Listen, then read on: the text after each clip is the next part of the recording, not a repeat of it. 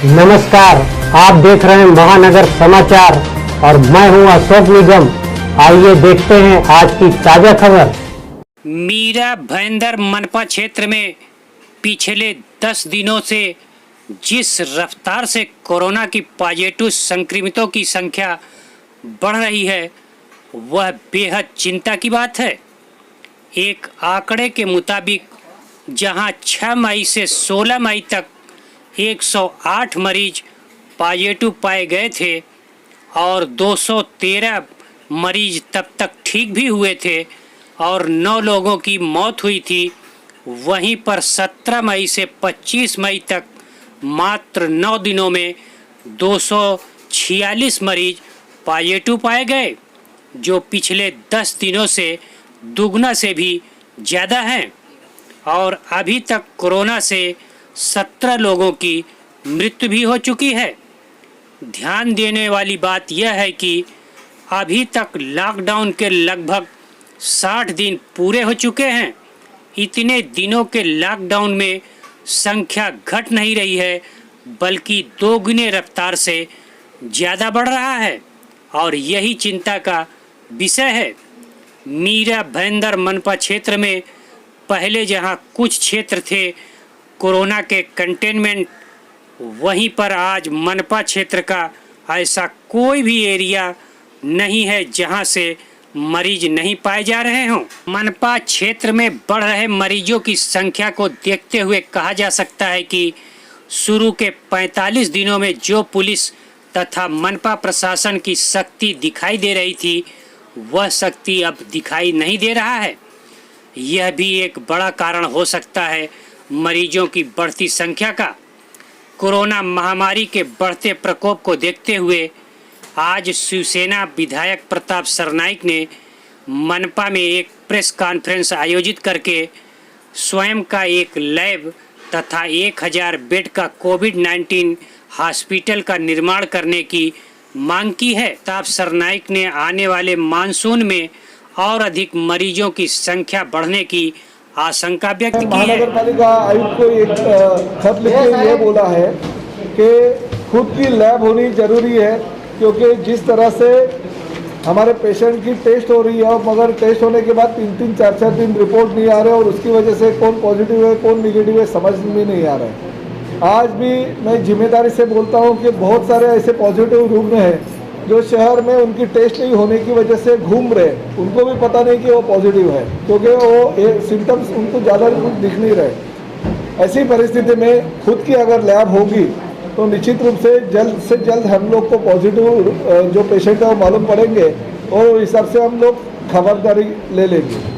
मैंने दूसरी ये मांग की है कि मीरा भाईंदर क्षेत्र में जैसे मुंबई में MMRD है, NSC है, जैसे बड़े बड़े जगह पे महानगर पालिका ने हॉस्पिटल्स की निर्मित की है, उसी तरह मीरा भाईंदर शहर में हॉस्पिटल की कमी होने की वजह से 1000 बेड का एक हॉस्पिटल का निर्माण होना चाहिए।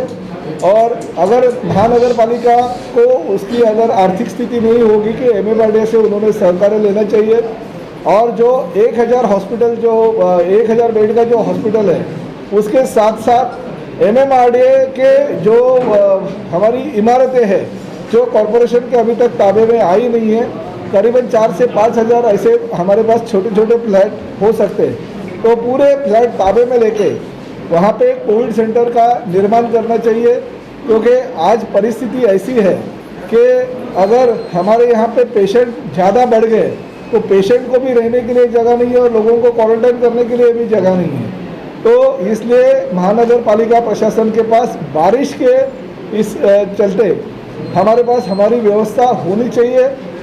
अन्यथा जिस तरह से हम इटली में, चाइना में, अमेरिका में देख रहे थे कि लोग मरीज दवाई और इलाज नहीं मिलने की वजह से रास्ते पे कुछ लोग मर रहे थे, कहीं बहुत सारी जगह पे सामूहिक अंत्य संस्कार का वीडियो भी हम लोग देख रहे थे चैनल के माध्यम से। तो ऐसी परिस्थिति ऊपर वाले का शुक्र अदा करते हैं कि मीरा भाईंदर शहर की नहीं है, मगर ये परिस्थिति नहीं होनी चाहिए। इसलिए हमने तुरंत जो उपाय योजना हमारे हाथ में है वो करनी चाहिए।